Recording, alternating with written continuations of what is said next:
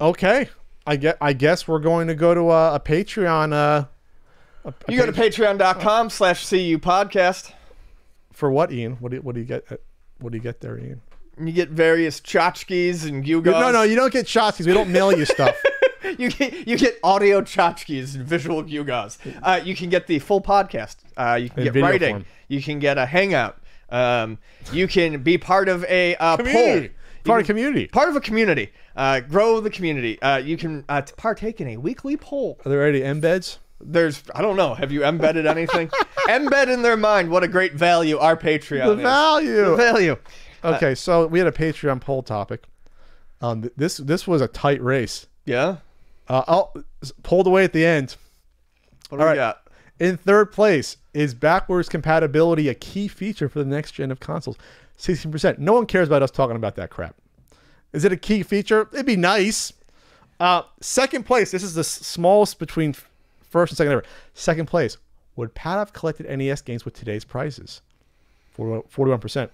In first place, 43%. Are you Suncoasting it today? Pat's terrible Suncoast working experience. Well, I can just kick back for this. All right, Ian, picture it. Sicily, 1934. No, that's Golden Girls reference. This is 2000. Year after my ACL surgery. Young plucky Pat comes back from college. 1 year older, 1 year wiser. You were plucky when you were younger. Might have lost his virginity the year before. We don't know. Why do I want to know this? I'm just saying. I'm painting the picture of you. Okay. But so I decided to apply for jobs. Yes. And I had worked at an awful supermarket, and that was probably the worst job I had up to that point. What did you do there? Oh, when you were a guy back then, you did everything. Now they don't allow you to do stock. They have people come in special for stock. Cashier, stock, carts outside, milk guy, and dairy guy rotating the... Really? Stock isn't done by grocery store employees anymore? Not anymore. I think they specialize it with a different crew. Huh, interesting. What else did I do? Oh, the fruits and veggies I did every once in a while. I did everything. I was the utility player, getting paid $5.15 an hour doing all that stuff. $5.15. Big fucking money. I'd love to work in the produce section. Anyways. Yeah, great. Anyway, the guy who worked there was a dick.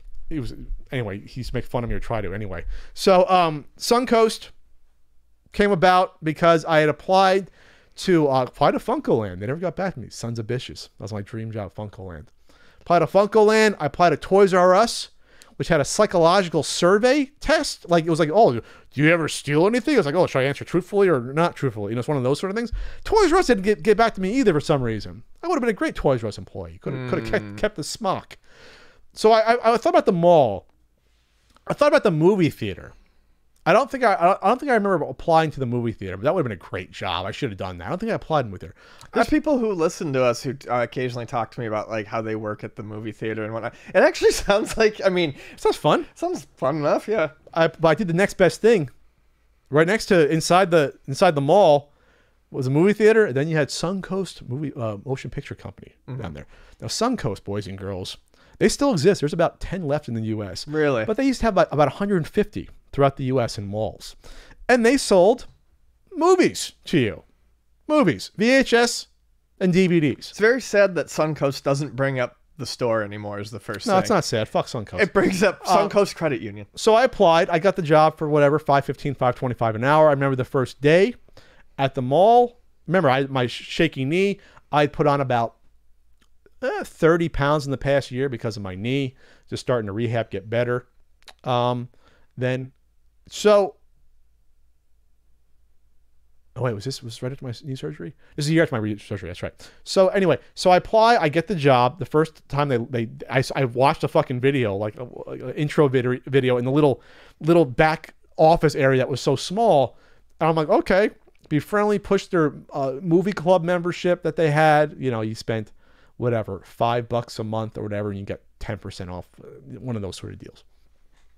So I start, and then at the first I thought this is fine. You watch videos, but the people I worked with they ran it like it was like a real job, like this was a strict job where this is serious. You're selling VHS tapes.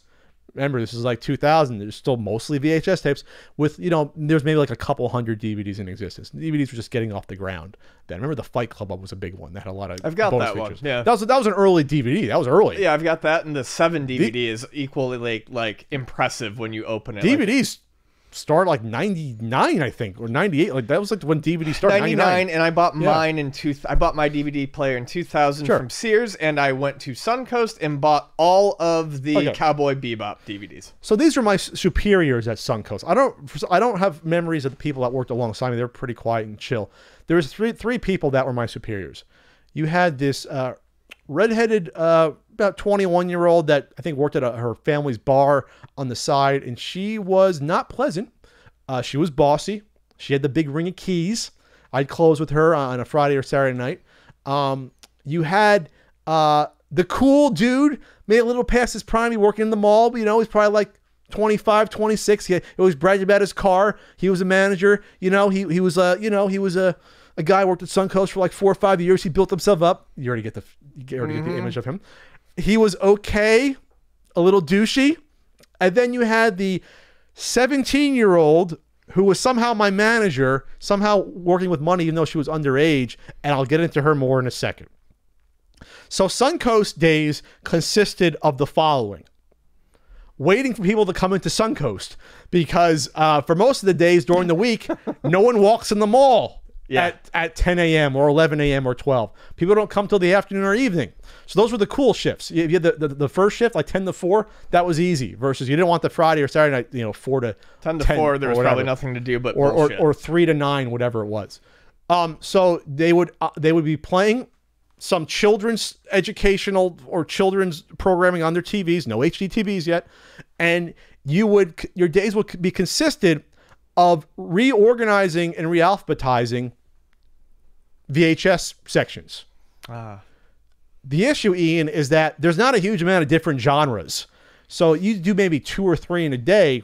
You'd expect those VHSs to be mostly in the same place 2 days later when you came back to work, 3 days later. But no, because the redheaded superior of mine thought it would be cute to keep me busy by testing me to rearrange, I don't know, say the sci-fi fantasy section, and have me reorganize and realphabetize it, knowing full well I'd done it a few days before. And to test me, she would take 1 or 2 videos out and change the place.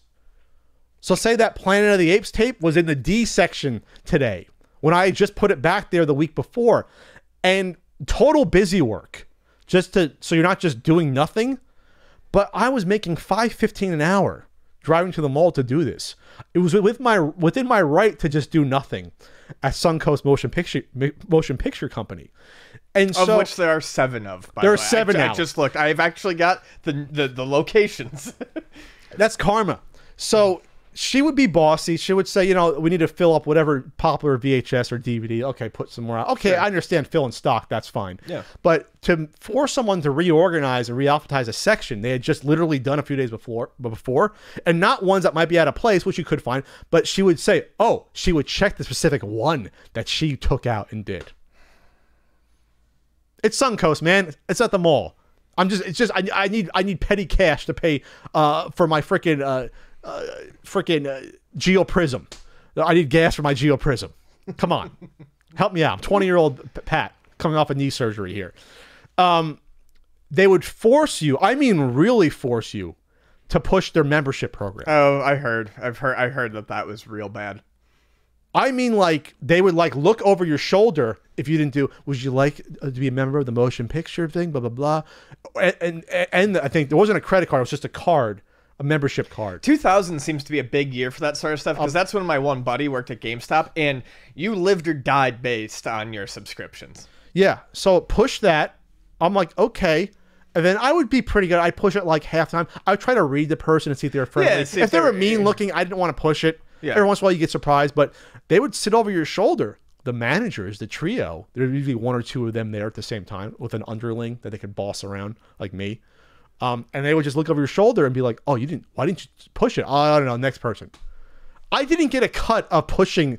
I didn't get a cut. I wasn't I didn't get a cut of the store profits. Yeah, it's not the commission. managers did. They got a cut of the store profit, I believe, on some level. I didn't. So fuck you for making me push something to these people that just want to buy their freaking, I don't know, Forrest Gump VHS tape and get out, or their Fight Club DVD. The amount of theft shrink that went on that went on in a store was nuts. So the best thing that people did was, and I think there were video cameras. I would see people literally walk over, scary looking dudes, walk over to the shelf and pick something up and say, I want to return this. And you were told not to get in their way. Let them basically steal free credit. Oh my God. Not to cause trouble. And I'm more thinking about, you want me to push these fucking memberships to make money. You're losing money by literally giving away credit to people that I could see take shit off the shelf. And you know that the reason why they keep doing it is because they haven't been stopped before. Because they're afraid of getting sued. They don't want to get into the legal aspect but if people don't have a receipt, for me, it was like, so I was like, all right, fine, here's your fucking store credit, get out. Even though I saw, some scary looking dudes pick up like children's anime sets or whatever and then plop them. I'm like, I know you didn't buy that. Like, come on. So the days were boring and they went on and on and on. It was, what was the big children's program in the early 2000s? The Worm, what the fuck was it called? What was, I don't know. Blues Clues? Clues. And the fucking worm thing. Scotty Too Hottie? What was the fucking worm children's thing? What the fuck was it called? I forget. I forget. But all right. So it gets worse though. So they had a strict dress code. You had to wear solid black shirts. Okay. And black pants too, if I remember correctly. I think you could have worn khaki pants. Oh, okay. But or wait a minute, maybe I'm forgetting that. But you definitely had to have a black shirt. Sure. On. They didn't have like a Suncoast shirt for you. Right. It was just a black polo. Whatever. Yeah. So one time, it was like a dark gray one I came in with. Now the mall was like a 20-minute drive for me. Mm-hmm. I show up and it wasn't like a warning or anything. The redhead sent me back home to put on a proper black shirt. Nice. Like I couldn't skate with it in my fucking 4-hour shift where I'm literally pocketing $20.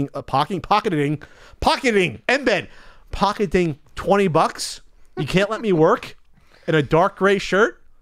You can't do that. You're gonna cut my balls off in front of the other employee. Okay, cut my balls off. Do that. So I go home and I do that. That was a fun time. But probably the most uncomfortable was the 17-year-old. Just because the 17-year-old I think took a fancy to me and would comment on sometimes my tight shirts. And the reason it was creepy and not cool, well, it's sexual harassment is what's the difference between sexual harassment and flirting. You don't like it. Not just that. She was, totally unattractive. She was underage too. She was the daughter of my 4th grade teacher. Oh. So, and she kind of looked like my 4th grade teacher because, the daughter. So it was not a pleasant experience to have comments made about me with all that thrown together when I'm making $5.15 an hour at Suncoast at the mall. It just wasn't cool. A true salary. It wasn't cool. It wasn't cool at all. So it didn't happen all the time. It just happened like once a week. And she had the keys to all the money though. But she was 17. That was not legal, Suncoast. You had to be 18 to handle the money and count it. I don't understand how you got away with that. She probably only 16 actually now I think about it. But anyway, so Suncoast Blue, it was the worst job I ever had, worse than the supermarket. You know what the best job was? Working at the library at college. That was a cool job. Oh, yeah. They actually paid decent. I've always thought librarian sounds like a great job, but I actually have a few friends who are librarians, and they all say it can be real fucking rough. Oh, so this is how the story ends. It ends with me going back to college, and and I think they wanted me to give 2 weeks notice. Like it's like fuck you, I'm making $5.15 an hour at a mall job. I'll give you a day's notice. But they did take away hours a couple times from me. Not that the money was huge, but it's like you want spending money. And then I'll never forget this. They had the fucking balls, Ian, when I came back that December. when I came back from my nice college break, they had the fucking balls 4 months later to call me up, ask me if I wanted to come into work during the busiest time of year at the mall at Suncoast. And they called me up as if I was going to say yes. Like, oh yeah, I'll come in and work for 5:15 hours. After I had a horrible time, I basically hung up the phone.